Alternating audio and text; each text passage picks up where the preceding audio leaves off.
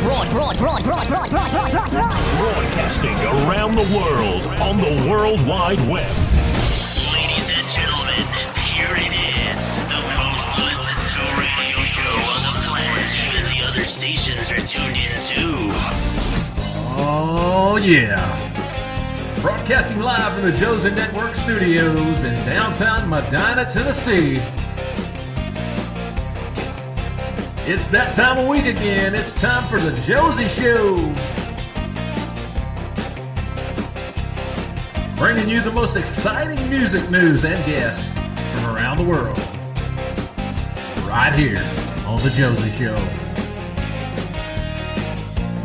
Please make welcome the beautiful, the talented, the lovely, America's radio sweetheart, Mrs. Josie Asantino Boone.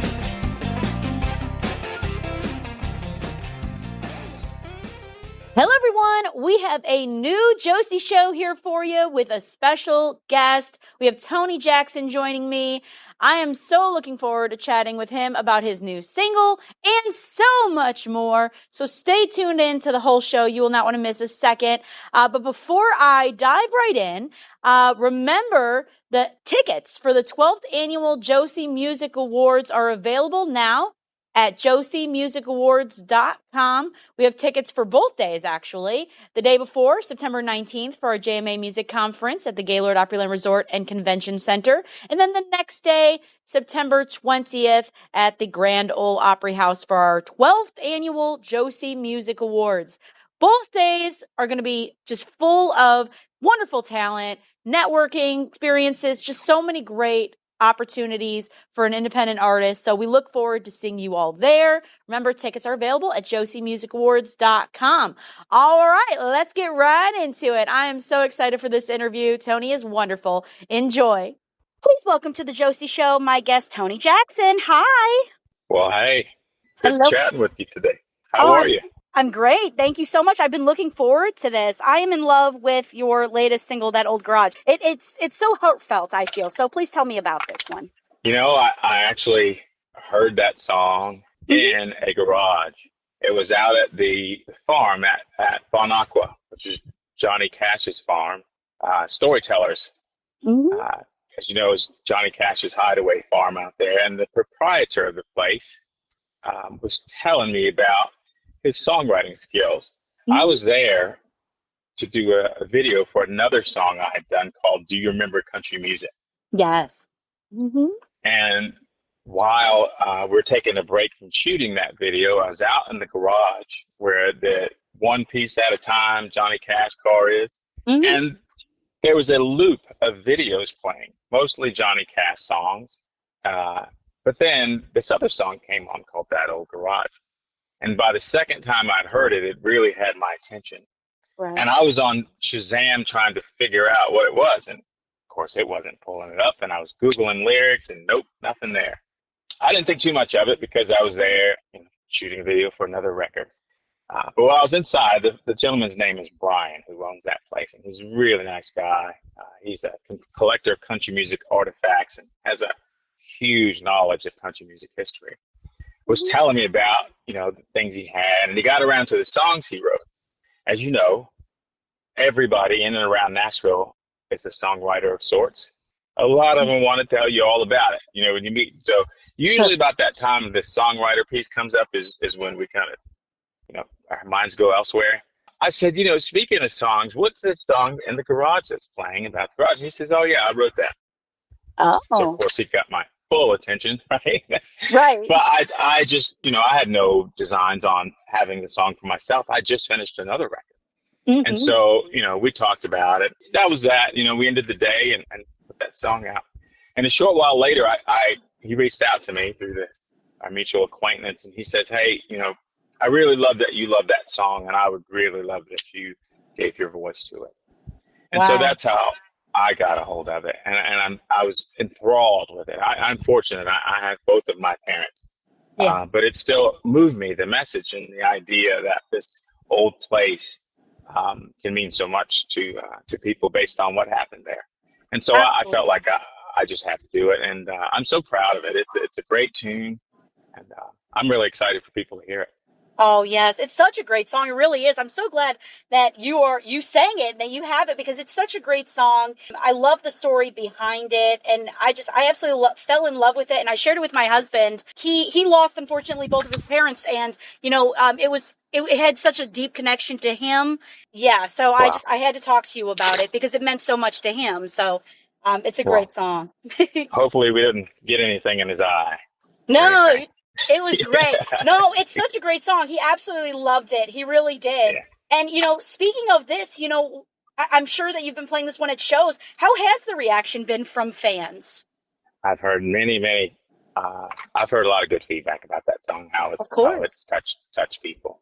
Yeah. Some of those, when you do a live show, depending on the setting, you have to be careful with those tunes. People don't come out on Friday and Saturday night to be crying. Sure, sure. And so I'm a little Right, gun shy about they're okay on the record, but at right. live shows, you just kind of have to be careful. But I hear you. it has gotten a very good reception, and I'm very happy we got the opportunity to do it. Yes, absolutely. And I have to ask because I personally need more because I absolutely loved the album that you put out. I've got songs to sing. So I wanted to ask you, are you currently working on any new music by any chance? What's going on in your world as of right now? I am working on new music. Oh, yeah. Creativity bugs got a hold of me at the moment, so you kind of strike while the iron is hot. So I've been kind of putting the pieces together, and we've got songs that we've recorded that just hadn't felt like the right time with the message in the song. Sure. That I think now is a good time to put that all together. So it's fun making that come to life, and sometimes it takes a life of its own. You just don't really see, or it turns out what you might have had envisioned in the beginning, and it's better than what you could have come up with. And so I'm in that phase now, and pretty excited about it. So hopefully I'll have a new project out by the end of the year, but that's what I'm aiming for. Wonderful. Well, I'm looking forward to it. And of course, people can follow your journey. You're on Facebook, Instagram. So I'm sure that once everything, all of your new projects, people can keep up to date on there. And also your website. Can you give out your website for us? Yeah, I have a website. It's TonyJacksonMusic.com, and I'm on all the socials. Yeah. I've got my name is not the most unique name ever. And sometimes these databases get mixed up, but there's this other artist named Tony Jackson who made music years ago. And his brand of music is not country music. But when you pull my name up on some sites and even on jukeboxes, there'll be 9 of my songs and 1 of his. And it's so if you see something like Blame It on the Boogie or some other thing that doesn't sound like it would be on my record, it's probably not. But yeah, find me on socials. It's at Tony Jackson, and of course at TonyJacksonMusic.com. Perfect. Yes, please. Everyone, make sure you go and follow him so you can keep up with what is going on. And you are doing you're incredible. I don't have to tell you that. You are doing so well in your music career. I love following your music journey. I have for a while now. And it's just an uphill thing with you. And I'm just looking forward to seeing what's next. It's always exciting. Well, thanks. I am too. It's a funny thing about music is there's no guarantees, right? And sure. You can plan all you want to, but you're along for the ride, many of us. Absolutely. And I'm here for it. Yes, absolutely. Yes, you are. And I hope everyone goes and checks out that old garage. It's available everywhere you find your music now. So please make sure you go and check that out. And also, I have a few fun questions for you if you're ready. I love my fun questions. Let's do it. Perfect. So I wanted to ask you if you've had any onstage mishaps while performing, anything that just didn't go as planned for you. I don't know that I've had any shows where there weren't a mishap. So there you go. Okay. Yep. Yeah.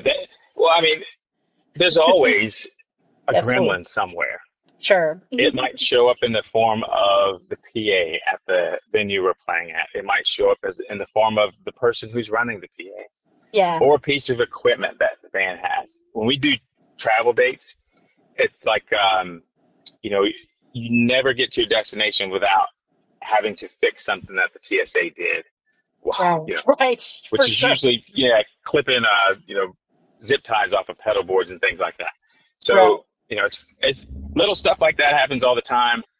Mishaps as far as, the performance, sometimes I get all into some solo my steel guitar player is playing, right? And I'll be still into it when I'm supposed to be singing.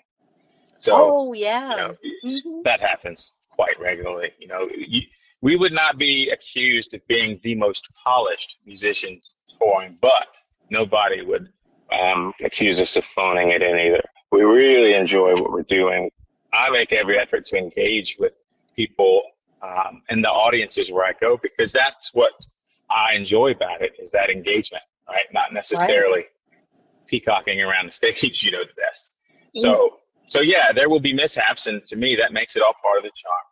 Absolutely. I mean, listen, we're all human, right? And it happens, you know, when you're live, anything can happen. It's all about how you recover. And I think you got it down, my friend. Yeah. You do at this point. I'm well rehearsed at recovering. Let's put it that way. Absolutely. At this point, you've been doing it long enough. You got this. And the next fun question I have for you, what is your ultimate comfort food when you're out on a long tour or while performing? Is there something that you have to have that gives you joy on the road? Well, it's not in the form of food, but there's this one thing that I have on my rider. Yes. And initially, it was suggested to me to put something on your rider that gives your tour manager an indicator of how closely they followed it when you got it. Mm-hmm. Absolutely. And so what I opted for is, wouldn't it be nice? I usually look for some kind of souvenir to take home for where I play.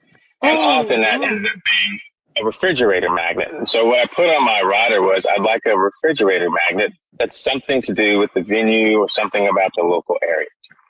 Oh, wow. Well, I've got refrigerator magnets everywhere, right? They're covering several refrigerators. They're all over the place. But the interesting thing to me, you know, we have many conversations on the bus about venues and dates and things, and it's always an argument. Nope, that was this year. Nope, that was that place. Nope, that.